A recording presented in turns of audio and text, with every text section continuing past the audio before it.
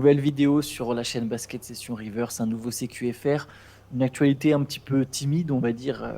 On sent que le mois de juillet est entamé, que la free agency se calme et qu'il y a un peu moins d'infos en NBA, mais on a quand même trouvé des sujets à traiter, Shai, et on va commencer par les Golden State Warriors. On en a appris un petit peu plus sur les relations dans le vestiaire cette saison, notamment celle avec Jordan Poole, si j'ai bien compris. Ouais, alors il n'y a pas de scoop, hein. C'est-à-dire qu'on se doutait que l'ambiance toute la saison elle était curieuse depuis l'incident avec Draymond Green. On savait que c'était tendu, qu'il y avait peut-être des histoires de clan entre la franchise qui voulait ménager Draymond, qui a pas été officiellement suspendu de match, hein. Il avait été mis à l'écart de l'équipe, mais il était revenu pour le premier match de la saison, enfin pour la remise des bagues. Avec les autres joueurs, on voyait parfois sur le terrain des petites incompréhensions, des choses comme ça. Mais depuis le trade à Washington, on n'avait pas encore entendu exactement, on n'a pas entendu les principaux acteurs, ça viendra. Mais Logan Murdoch de The Ringer, qui est plutôt bien connecté, hein, qui anime un podcast avec Rad Jabel notamment, c'est toujours très intéressant. Là, il est revenu sur les infos qu'il avait, et elles sont assez claires. C'était plus du tout possible que Jordan Poole continue aux Warriors. Je vais le citer. Donc après l'incident, hein, avec Draymond, il disait Jordan Poole ne pouvait quasiment plus faire confiance à personne là-bas. Ce sont les conséquences du fait que la franchise s'est rangée derrière Draymond Green en ne le suspendant pas pour quelques matchs. La confiance avec Poole s'est usée, il s'est retrouvé isolé dans le groupe. Ça, on l'avait un peu Ouais, compris on quand l'a même. senti, ouais. Voilà, il avait quand même Andrew Wiggins et Kevin Looney avec lui qui l'aimait bien. Mais là, la phrase, les autres cadres avaient tous un problème différent avec lui. Donc bon, Clay disait que Poole ne passait pas assez le ballon et shootait trop. Draymond, bien que ce soit lui qui ait donné le coup de poing, ne comprenait pas d'avoir perdu le droit de parler à cause de ça, parce que c'est vrai qu'il y a toute une période où Draymond, même dans son podcast, tu sentais qu'il marchait un peu sur des œufs, tu vois, du genre bon, je sais que j'ai fait une connerie, euh, Ah, il perdait sa nature de grande gueule. voilà, tu sentais qu'il pouvait plus, même avec Poole, il avait sans doute envie de le recadrer parfois, parce que sur le terrain, c'était pas parfait, et donc il était frustré de ne pas pouvoir faire son Draymond, bêtement. Et même Steph Curry, donc Logan Murdoch dit Steph a essayé de rassembler tout le monde, voilà, c'est sa nature, on sait. Mais à un moment, il a dit à Jordan Poole écoute, je suis derrière toi, mais est-ce que maintenant tu peux retrouver tes esprits et commencer à bien jouer pour qu'on puisse gagner des matchs. Donc voilà, c'est des interactions qu'il y a eu à un moment de la saison. On avait vu que Curry était frustré avec Poole aussi une fois ou deux Ouais. je me souviens d'une contre-attaque où il est démarqué, où il demande le ballon et où Poole prend un shoot invraisemblable. Bon, c'est aussi sa nature et c'est ce qui a aussi fait son succès l'année précédente, hein, mais voilà, tout ça pour dire que c'était vraiment inévitable que quand tu as tous les cadres d'une dynastie comme les Warriors qui sont contre toi, le trade il est inévitable. Et là, pour le coup, le changement de scénario va lui faire du bien, j'espère, même à lui, parce que on sait aussi que ce qu'avait déclenché enfin pareil, toujours selon des sources, hein, mais ce qui avait déclenché l'altercation avec Draymond Green, c'était plusieurs jours, plusieurs semaines de trash talking que Ouais, où il Green, que, disait tu vas finir par jouer aux Kings. voilà, Ce qui n'est pas en une mauvaise gros, équipe au passage. ben voilà, mais où Draymond a commencé à se dire bon là le gamin il y va un peu trop fort, on n'a pas gardé les cochons ensemble, tu vois. Et il aurait évidemment jamais dû faire ça, mais voilà, je pense que la personnalité de Jordan Poole, son jeu, ses prestations, son contrat qui était quand même 128 millions de dollars sur combien, 4 ans, 5 ans, je sais plus. 5 ans. 5 ans. 5 ans. Vous noterez que tous les matins, tous les soirs, les chiffres, les chiffres et moi, ça fait deux. Euh, voilà, ça va être intéressant de voir Jordan Poole dans un autre contexte. Est-ce qu'il va toujours être un peu poil à gratter comme ça, en termes, autant sur le plan vocal que sur le plan du jeu de la personnalité à Washington, ça va être un tout autre contexte. Jordan Poole est un bon joueur, donc sur le terrain, j'ai pas d'inquiétude sur le fait. Alors, c'est un bon joueur quand il score, par contre, sinon il est très vite inutile. Mm. Bon, il a une capacité à créer, mais c'est un des plus mauvais défenseurs de la ligue. Théo pourrait le dire dans des termes plus fleuris que moi. C'est pas le joueur qui essaye le plus. Par contre, donc, sur le fait qu'il va être bon, j'ai pas trop d'interrogations, mais franchement, ces épisodes-là, je me pose des questions sur sa personnalité et j'ai l'impression que, tu vois, c'est presque la preuve que c'est bien d'être un jeune dans une équipe de vétérans, hein. Tu sais, on dit toujours, il faut des vétérans pour encadrer les jeunes, mais tu peux mettre 15 vétérans, si un mec il a une certaine personnalité, il va garder sa personnalité en fait. Tu vas pas. Et Jordan Poole, je suis désolé, mais il a l'air d'en tenir une couche, quoi, comme on dit. Ah, mais Euh, il est sans concession et le fait d'avoir signé un contrat aussi lourd, ça a pas aidé. Il s'est senti ouais. légitimé. Il a été champion NBA, il a été très bon la saison du titre. Bah là, je pense que Il y a des attitudes qui te trompent pas, je trouve, des fois. même Tu la, vois, na- la, son nat- la nature, comportement. la nature du trash talking qu'il faisait à Draymond, c'était costaud quand même. Donc ça montre, ça peut être un atout, hein, cette confiance. On va peut-être le voir sur la suite de sa carrière, hein, savoir si ça va être peut-être un joueur de niveau All-Star ou si ça va être un type sixième homme. Enfin, on va le Mais voir, mais il y a quand même des trucs, effectivement, que, comme tu dis, qui trompent pas. tu peux être un All-Star éphémère, voilà. Et oui, qui te trompe pas, c'est ça. Il y a des attitudes, en fait. Il y a des comportements. euh, Après, là, c'est facile. Bon, c'est pas pour me ranger forcément du côté des Caps de Golden State, mais si c'est les trois qui ont un problème avec lui, tu commences déjà à te poser des questions, à te dire, bon, les trois, même Curry, bon, ça pèse pas en faveur de Jordan Poole. Je me souviens aussi d'une conférence de presse après une défaite, je crois, contre les Lakers. Bah, c'est sans doute contre les Lakers, vu que c'était en playoff, où apparemment c'était surréaliste et il était de dos aux journalistes et tu sentais que le gars était isolé.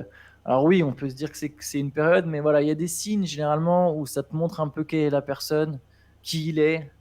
Et ça me fait un peu peur pour la suite pour Jordan Poole, parce qu'il y a un moment, on s'était dit que ça serait un vrai star en devenir. Je suis pas convaincu. Ça peut être un éphémère All-Star au mieux et très vite un mec qui va devoir essayer de se faire une carrière à Jordan Clarkson. Et Jordan Clarkson, pour le coup, c'est un vrai pro, tu vois. Donc bon, Hmm. Mais je...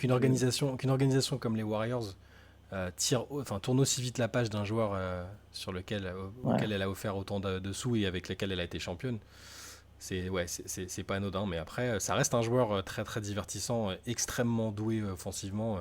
Il a quand même Ouais. il a un peu l'ADN Splash Bro, hein, et les shoots qu'il est Oui, oui, capable de mettre. clairement. Il voit pas de mauvais shoots, hein, c'est toujours comme on dit là, c'est ce genre de joueur là. Dans un autre, enfin là l'atmosphère elle va être totalement différente. Entre les Wizards et les Warriors, ça va être un monde différent et je sais pas comment il va se positionner là-dedans, mais Il va prendre 20 tirs par match. c'est une possibilité, hein. On va suivre ça. Ouais, ouais, tout à fait. Bon, on ferme le chapitre Jordan Poole, on va parler un peu de Paul George. Hmm. Alors, Paul George, ce qu'on apprend, ce qui est intéressant, c'est d'apprendre pourquoi les Knicks, en fait, ont abandonné. Alors, on apprend aussi déjà qu'il y avait deux équipes qui ont été très intéressées pendant un moment par Paul George, c'est Portland et New York. Donc, Portland qui a quand même essayé de faire venir une star pour Damian Lillard. Elles ont tous les deux été un peu refroidies.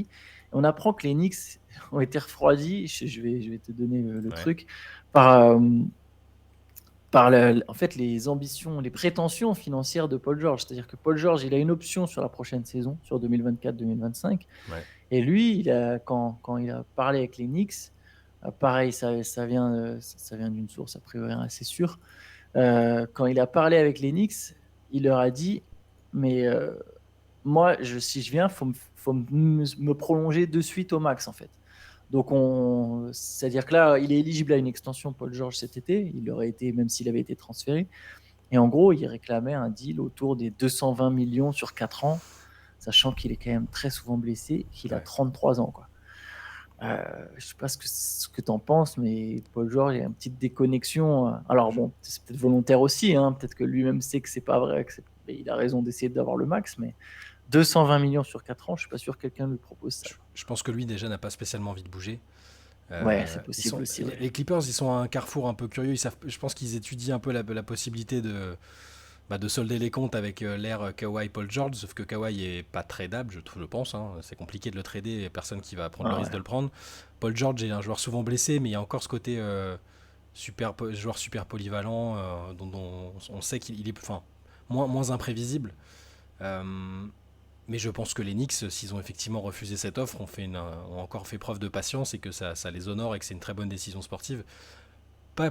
Le joueur en lui-même aurait apporté beaucoup, même sur une saison, deux saisons, mais il se serait mis dans un bourbier très compliqué, je pense. Les Knicks. L'offre qui est relayée, je l'ai lu, c'était sur ESPN, je crois, c'est Anita Marks qui disait ça. Elle disait c'était RJ Barrett, Quentin Grimes, Evan Fournier, trois premiers tours de draft.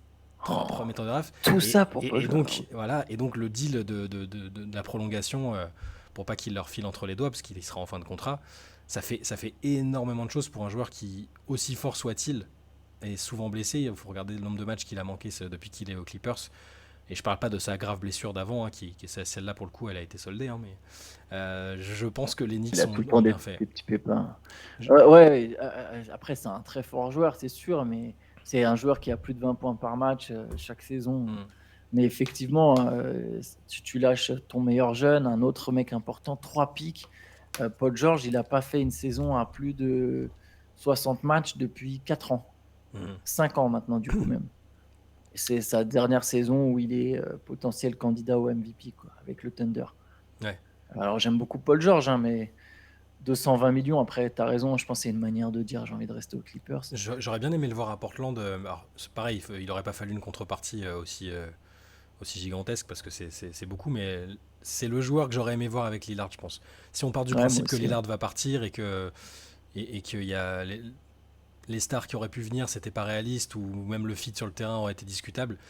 Paul George, avec ce qu'il apporte en défense, avec sa capacité à être ce numéro 1 bis qu'on a déjà vu dans plusieurs équipes, ça aurait vraiment été bien. Je pense que c'était sans doute pas faisable, hein, que quelle que soit la partie qui a mis fin en discussion, c'est que ça n'a pas pu se faire, mais j'aurais bien aimé voir. Mais pour les Knicks, je redis, ils continuent de. Voilà, ils ont passé sur Donovan Mitchell, ils ont passé sur Paul George.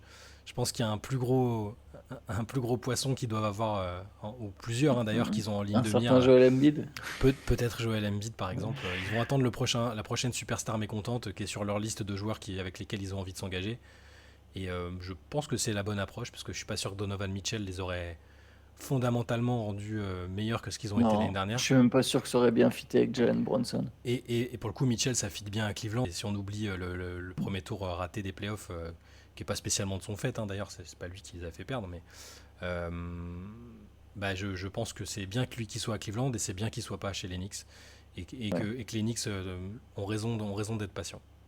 Oui, il y aurait eu une pression d'ailleurs tout autre, même pour lui, comme tu dis, ça fit bien Cleveland. Et t'imagines, il est New-Yorkais, il aurait été ultra Mm. attendu. Ouais. C'est pas le joueur le plus régulier pour le coup, Donovan Mitchell. Donc tu sais qu'il va y avoir des matchs sans Mm. particulièrement moches. Il aurait été détruit dans la presse. Je pense que c'est même pour lui, c'est clairement mieux de ne pas être à New York. Et je ne suis pas convaincu par le fit Mitchell à New York. Je suis pas sûr qu'ils auraient été aussi forts. Mm. Mais oui, tu as raison. Hein, à New York, au final, ça bosse intelligemment et ils vont finir, je pense, à un moment par avoir leur star. Par contre, sur Paul George, juste vite fait pour terminer là-dessus, Mhm. lui et Kawhi, en fait, ils vont prendre leur option, je pense, Oui. l'an prochain. C'est quasiment obligatoire, sauf grosse saison cette année. Et derrière, en fait, en 2025, quand il aura quasiment 35 ans, je pense qu'il aura suffisamment décliné pour pas toucher justement un max, en fait, pour avoir un contrat en dessous. Enfin, c'est comme ça que j'imagine le truc. Et là, par contre, quand il sera free agent, il sera potentiellement une belle pioche à aller chercher s'il n'est pas trop gourmand, quoi. Ouais, je pense, ouais.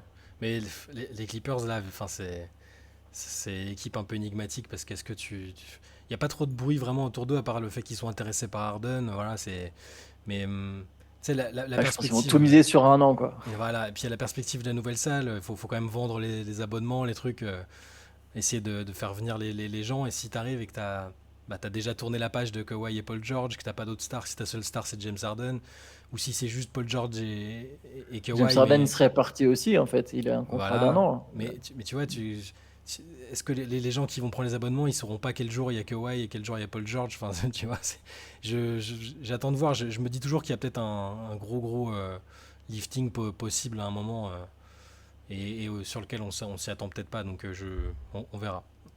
Yes, yes, on suivra ça. Moi, j'ai l'impression que c'est un peu bloqué, mais bon, Hmm. effectivement, ils ont quand même un bon GM, Lawrence Frank.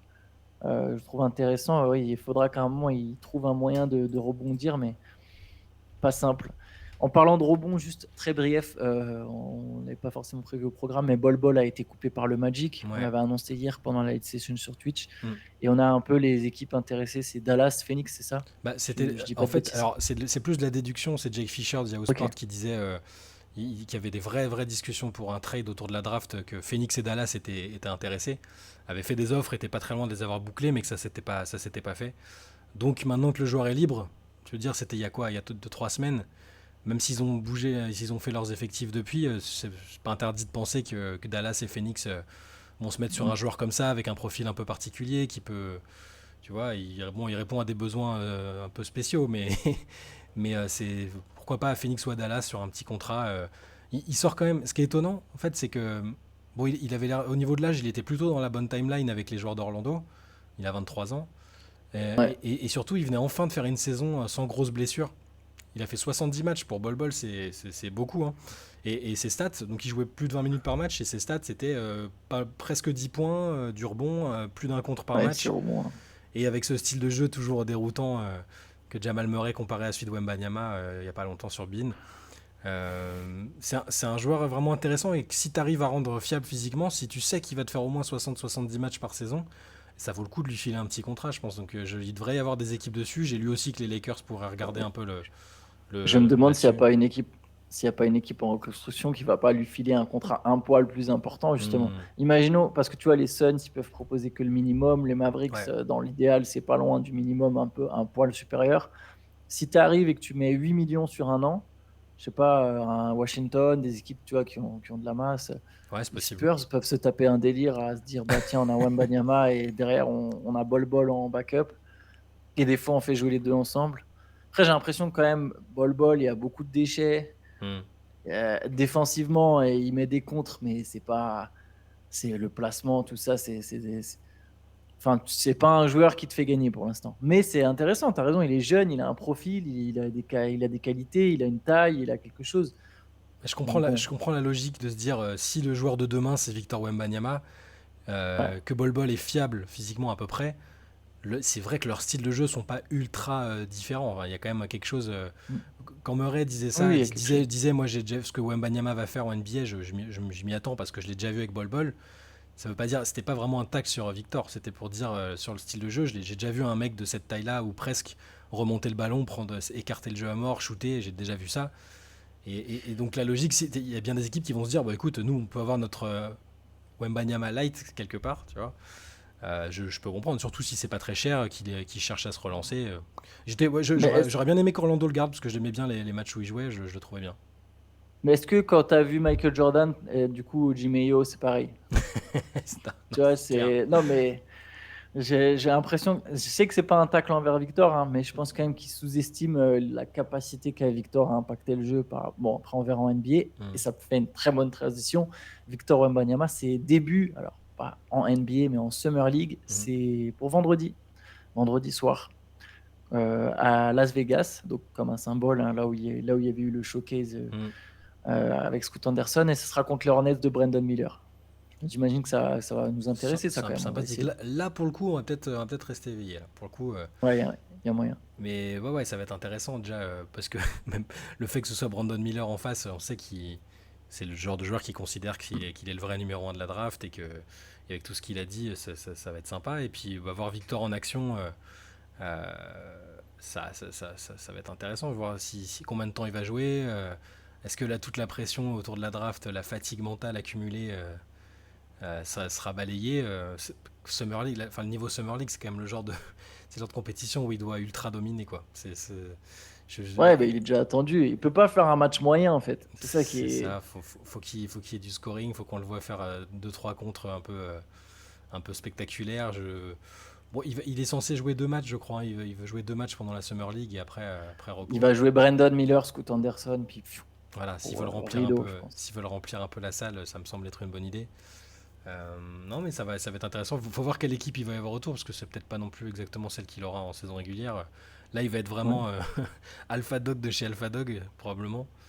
J'ai pas vu l'effectif des Spurs. J'imagine qu'ils lui mettent quand même du Malaki, Brannan ou Ouais, Branham. les jeunes joueurs de Pardon. l'équipe qui étaient. Ouais, c'est possible.